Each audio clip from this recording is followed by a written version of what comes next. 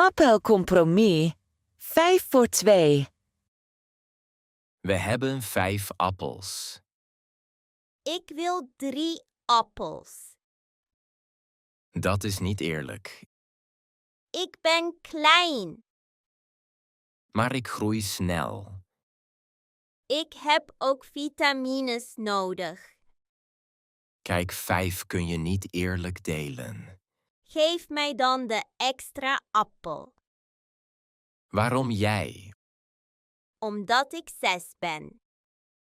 Ik ben 14. Ik eet meer. Jij eet altijd meer. Ik heb zelfs een rekenmachine. Appels zijn geen rekenen. Jawel, een beetje. Ik wil nog steeds 3. We kunnen 1 appel delen. Nee, gesneden appels zijn lelijk.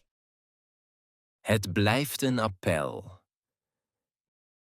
Binnenkant wordt bruin. Bah! Dan kijken we naar de grootte.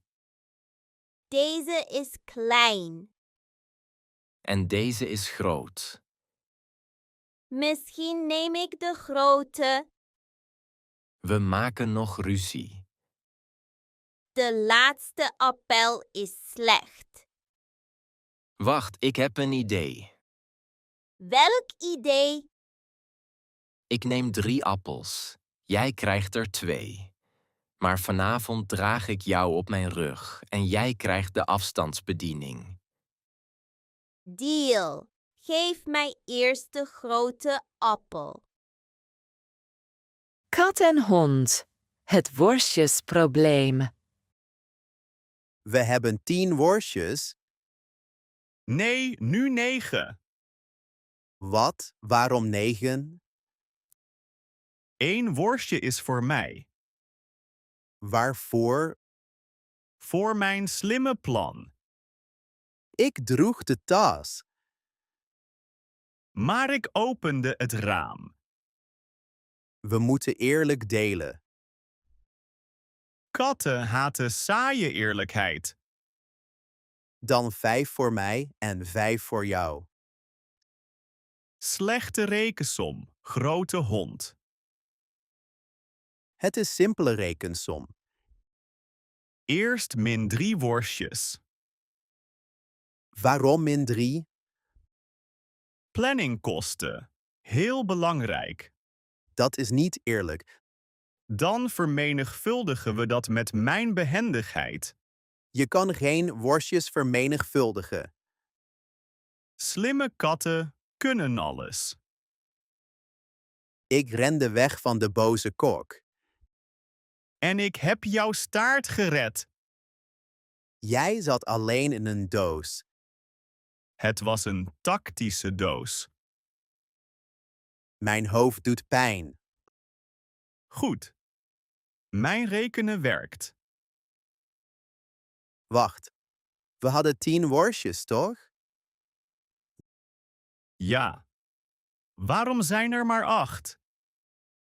Kijk, die mus heeft er 1. Mooi. Nu stelen vogels ook van ons. Het wisselgeld controleren.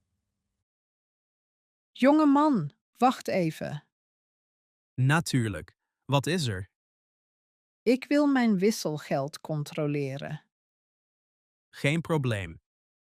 Ik betaalde met €500. Ja, dat weet ik nog. Ik reken langzaam vandaag. Dan tellen we samen. Brood was €3. En kefir was €2.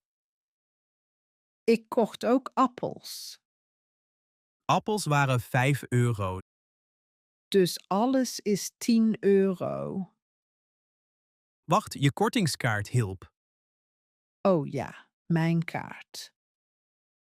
De korting was €2. Dan is totaal €8. Klopt. Goed gerekend. Dus ik krijg 492 euro terug. Precies. We kijken nu. Ik zie 4 briefjes van 100. En 1 briefje van 50 euro. Dan 2 briefjes van 20 euro. Plus 1 munt van 2 euro. Wacht, dat is 492? We tellen langzaam. 400 plus 50 is 450. Plus 40 en nog 2. Oh, alles klopt. Dank je voor goed kijken. Zak geld, eerste budget. Deze maand krijg je 40 euro. Wauw, ik ben rijk. Rustig maar, jonge miljonair. Ik wil een bouwset van 25 euro. Schrijf het op. En bioscoop kost 10 euro. Nu mag je je geld tellen. 40 min 25 min 10. 5 euro over. Niet zo snel. Wat nu? Bus kost 8 euro per maand. Oh nee.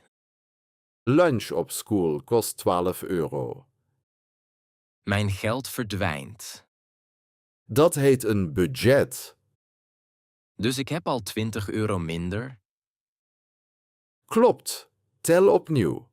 40 min 20, 20 over. Mooi. Haal nu de prijs van de bouwset eraf.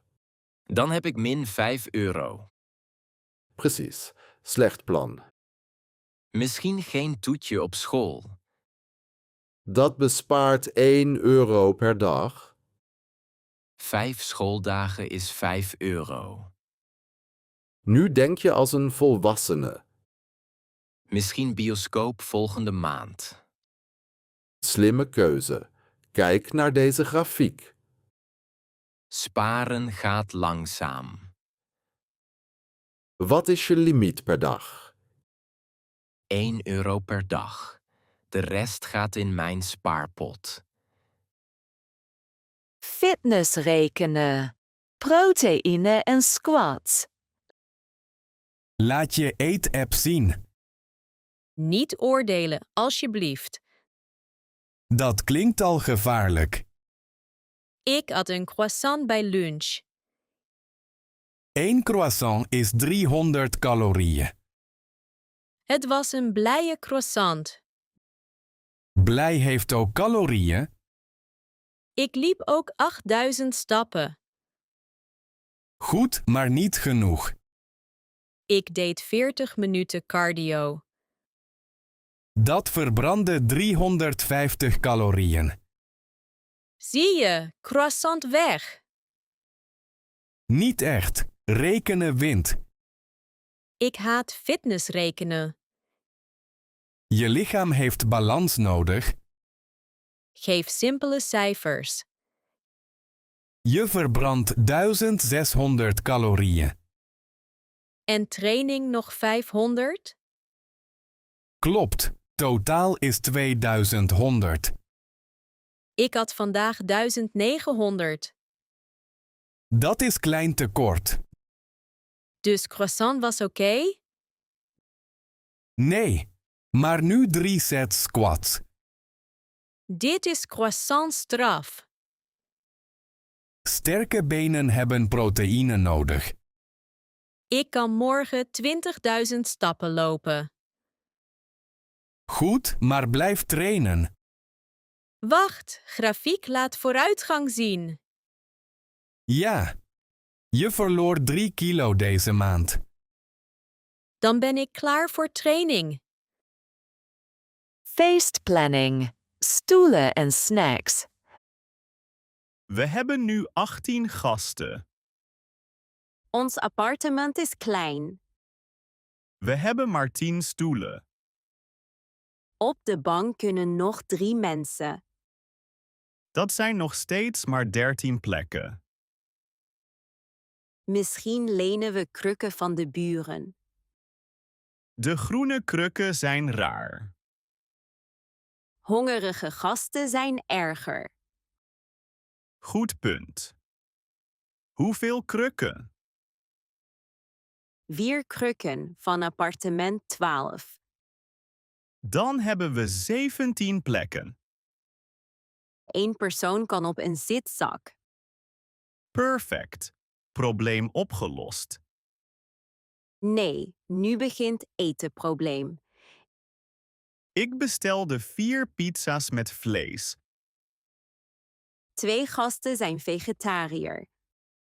Oké, 1 pizza met groenten. En meer snacks. Ik kocht al 30 kleine broodjes. Jouw collega's eten als wolven. Dan misschien 50 broodjes. Beter. En 3 flessen sap.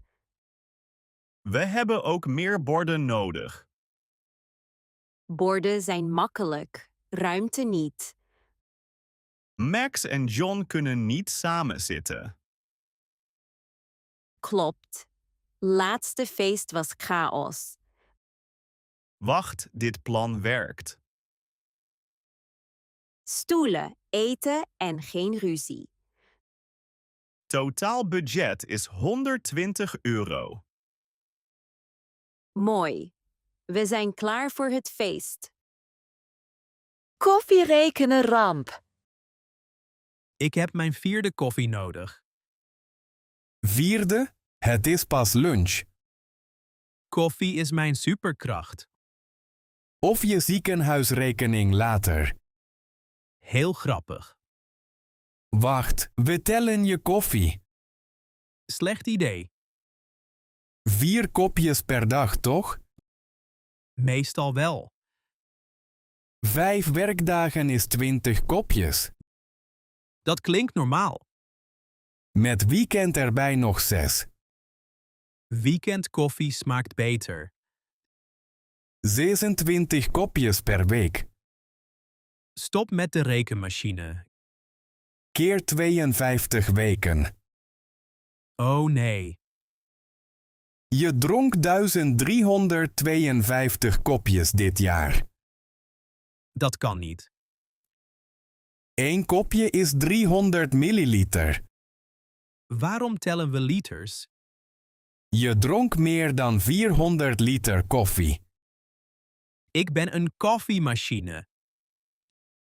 En je gaf ongeveer 2700 euro uit.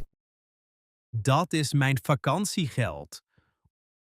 Of een halve tweedehands auto. Doe die rekenmachine weg. Wacht, suiker vergeten. Geen rekenen meer. Oké, drink nu wat water. Simpel rekenen. Plus en min. Waarom ben je verdrietig? Ik kan deze som niet.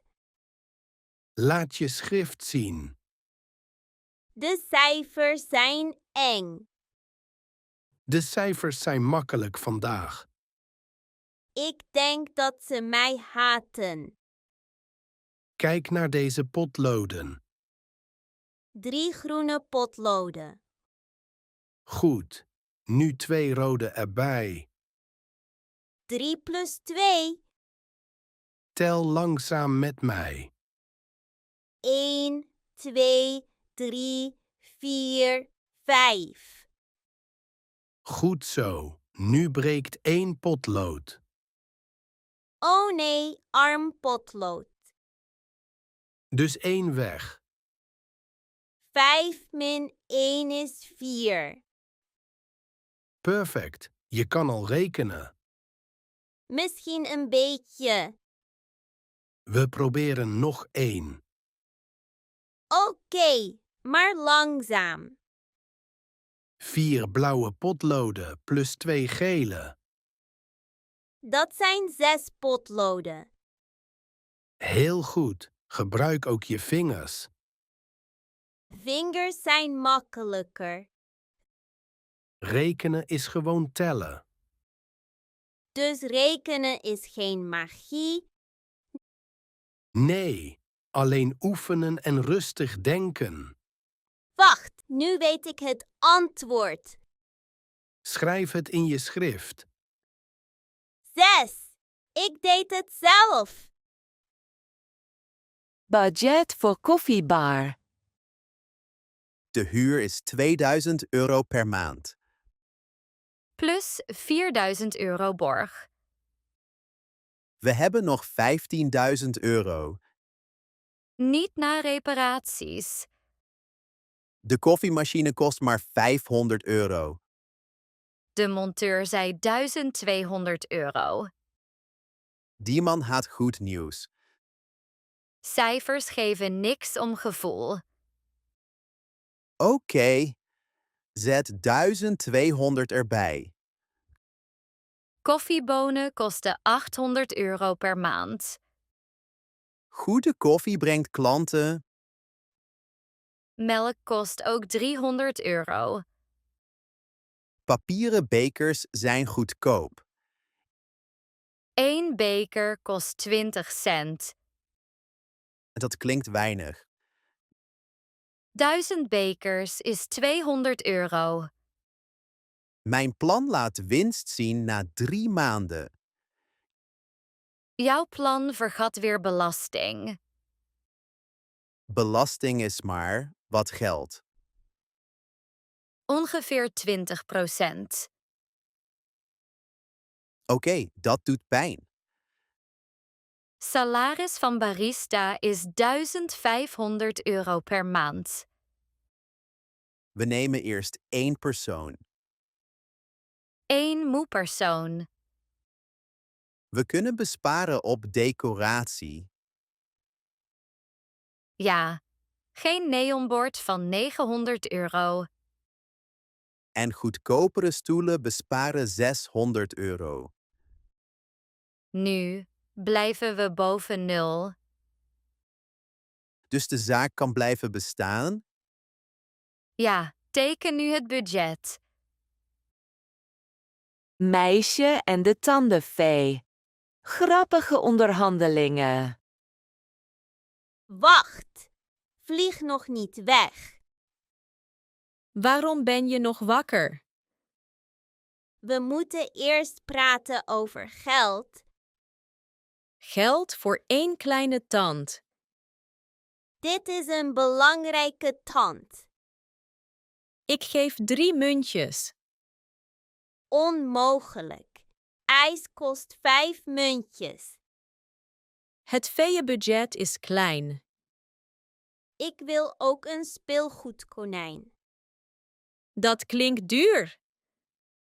Mijn tand is groot en mooi. Gewone kwaliteit. Pardon, Ik moet alles controleren. de tand viel vanzelf uit.